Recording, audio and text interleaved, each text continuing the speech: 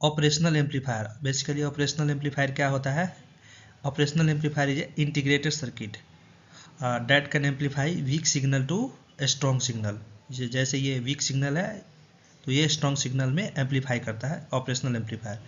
Operation amplifier में basically 2 terminals होते हैं, non inverting input and inverting input. 2 inputs होते हैं और इसे ऑन करने के लिए हम पावर सप्लाई देते हैं और 1 आउटपुट होता है। The basic role is to amplify the output voltage difference between the 2 input pins. और इसका एप्लीकेशंस क्या होता है? एप्लीकेशंस बेसिकली हम जब कोई भी सर्किट डिजाइन करते हैं उस टाइम में हम सेंसिंग के लिए यूज करते हैं और सिग्नल को एम्पलीफाई करने के लिए यूज करते हैं। जैसे ये सेंसर है, सेंस कर रहा है, अगर ये डायरेक्ट सेंस करके जो भी हमारा लोड है या आउटपुट्स है, जो हम आउटपुट्स लेना चाहते हैं उसे सेंस करके डायरेक्ट यदि हम एमसीयू में देते हैं तो ये वीक सिग्नल होता है वो तो ये माइक्रो कंट्रोलर ठीक से हमें प्रोसेस नहीं कर पाएगा, आउटपुट ढंग से नहीं दे पाएगा।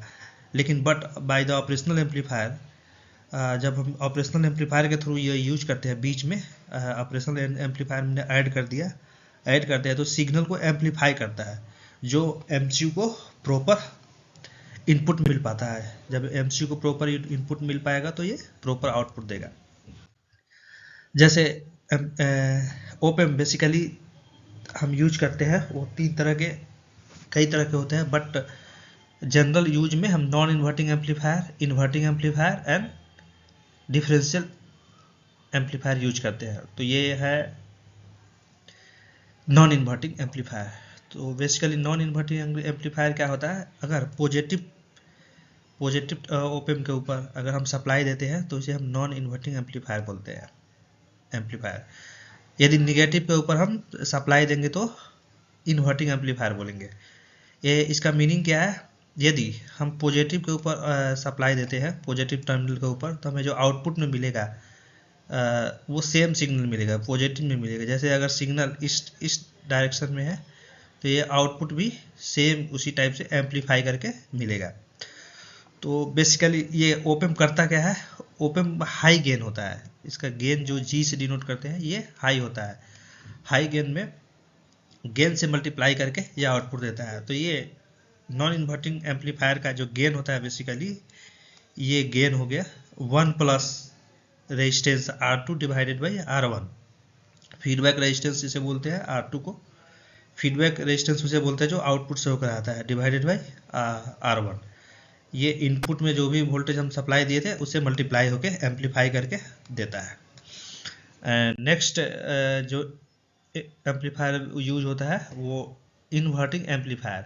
इन्वर्टिंग एम्पलीफायर में यहाँ माइनस है, माइनस के ऊपर जब हम सप्लाई देते हैं, माइनस टर्मिनल के ऊपर, तो उसे इन्वर्टिंग एम्पलीफायर बोलते हैं। बेसिकली इन्वर्टिंग एम्पलीफायर क्या करता है? ये सिग्नल को इन्वर्ट कर देता है। सिग्नल को क्या करता है? जैसे सिग्नल इस तरह से है सिग्नल, तो इस तरह से सिग्नल है तो ये इसे इन्वर्ट कर देता है, उल्टा करके देता है सिग्नल को इन्वर्टिंग एम्पलीफायर का गेन क्या होता है?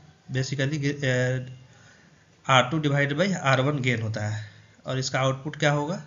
तो ये गेन हो गया, गेन मल्टीप्लाई बाई इनपुट। जो भी हम इनपुट दे रहे हैं गेन में मल्टीप्लाई होके इसका आउटपुट मिलता है। जो थर्ड एम्पलीफायर का यूज करते हैं वो डिफरेंशियल एम्पलीफायर यूज करते हैं। डिफरेंशियल एम्पलीफायर का बेसिक सर्किट ये होता है कि हम माइनस टर्मिनल और प्लस टर्मिनल हम दोनों के ऊपर सप्लाई देते हैं। भी इनपुट 1 हो गया, भी इनपुट 2 हो गया, 2 इनपुट इसमें होता है एम्पलीफायर में और आउटपुट हो गया। तो इसका जो बेसिकली जो आउटपुट होता है वो दोनों को डिफरेंस करके आउटपुट देता है, गेन से मल्टीप्लाई करके। तो जो आउटपुट हो गया दोनों को डिफरेंस करके भी इनपुट 1 2 माइनस भी इनपुट 1 मल्टीप्लाई बाई ये गेन।